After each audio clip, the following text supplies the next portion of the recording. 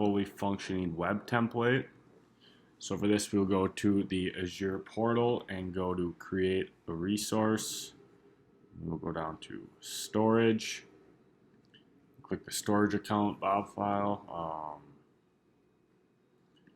From here, we'll fill out the resource group, our storage account name, so we can go management,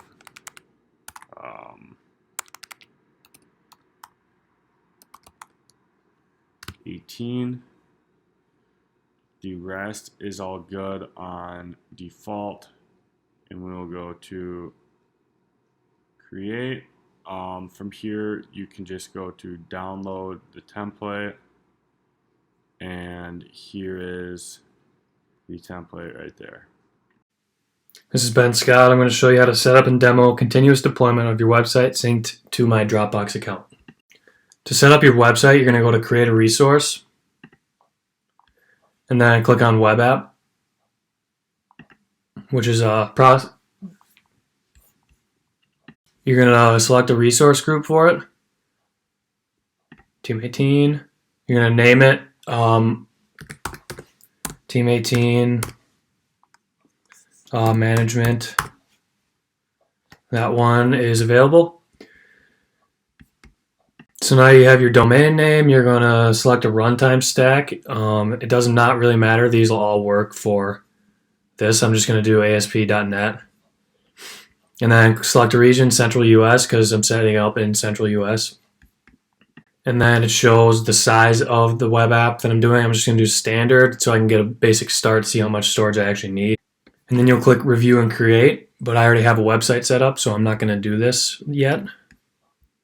And I'm just going to go back to home and show the deployment part of it. So now I'm on the home page. I'm going to click on my already set up web app. And I'm going to go down to Deployment Center.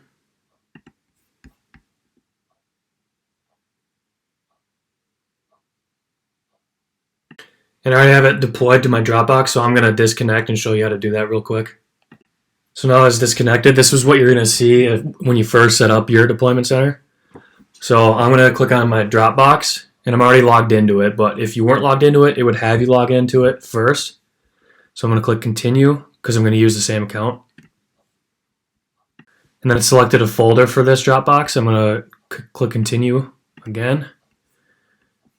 And then as you can see here, you have a folder in your Dropbox called apps, and inside that is Azure, and then it's another folder, Team 18 MIS.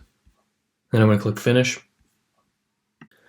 And once your deployment is finished, if you ever wanted to make a change, like add a file to your website, you would go into your actual local Dropbox and add it into your Team 18 thing. And once you added a new file, you would go back to your deployment center and click on sync, and would resync to update your new file so everything's up to date on your web app. I'm Kyle Warnstrom. We'll be doing number 3 here, an alias based on your company domain name, and we have the example of beer.management459.com. So for this example here, let's say we're doing management459.com, and we'll just to keep on the same track here. So we'll go to our Azure homepage. Teams, we're going to go to Team 18 MIS right here, which is an app service that we have already created in prior steps that you saw earlier. Next, we're going to go to custom domains here. I always want to make sure this HTTPS only is off. Our domain name, let's make it easy here. Let's do domain name. We're group 18. And then we'll do .management459.com just to keep on the same track here. So domain name, group 18.management459.com. We'll validate it.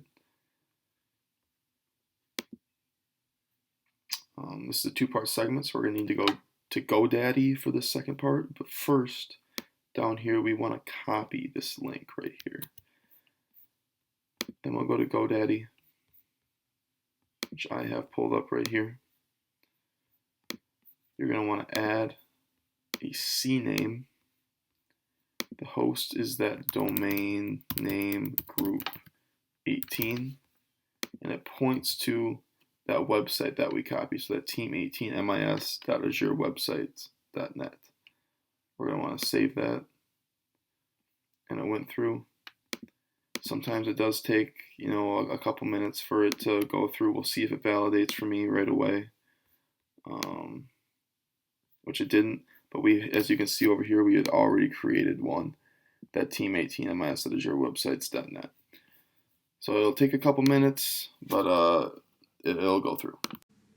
This is Ben Scott. I'm going to quickly explain the difference between scaling up and scaling out, and then I'm going to enable auto scaling out. So I'm going to go into my website, my web app.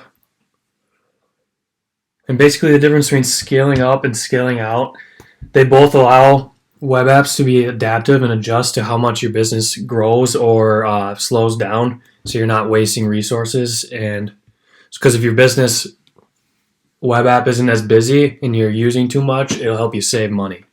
So I'm going to go down to scale up. And scale up is much more simpler than scale out.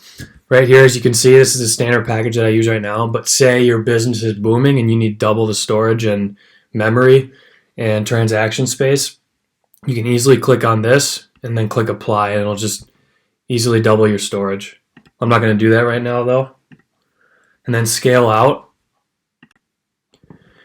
If your business has been growing and you just need more transaction space, all you got to do is drag the bar. Say you want double the space, and then it'll give you double the transaction space and amount of storage you need to control your business. Now, if I want to do a custom scale, custom scales are pretty cool in that if your business grows or slows down, it'll automatically adjust to what happens. So if you're slowing down, you don't have to change it at all. It'll change for you. And to set this up, you need to create a rule based on CPU percentage. So I'm basing it on the average CPU percentage. I'm going to do it greater than 70% for 10 minutes. And if it was greater than 70% for 10 minutes, I would increase the instance count by 1 to create more storage. But if it didn't increase by 70% at all for at least 5 minutes, I'm going to cool it down by 1. And then once you add this and save these rules, your instances and storage and memory will automatically adjust to how well your web app is, how busy your web app is. Alright, I had question 5, which was install and configure the Edition apps from the marketplace and to demo the app. The app that I chose to download was the Meeting Room Map app. And I'm actually having troubles getting into the actual app. But basically, what the app consists of is it's got add-ins for Outlook, the Teams, and then SharePoint. And basically, you can upload an overview or a blueprint kind of the meeting rooms.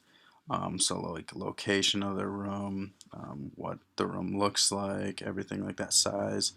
And it allows a boss or who's ever conducting the meeting to kind of send that out to the attendees of the meeting so they can kind of prepare to what the room looks like, how they're going to be seated, things like that, where they are in the building, which is nice. And you can also send it directly to like your coworkers or people within the organization, which just allows things to be a little bit more easy and prepare for those meetings.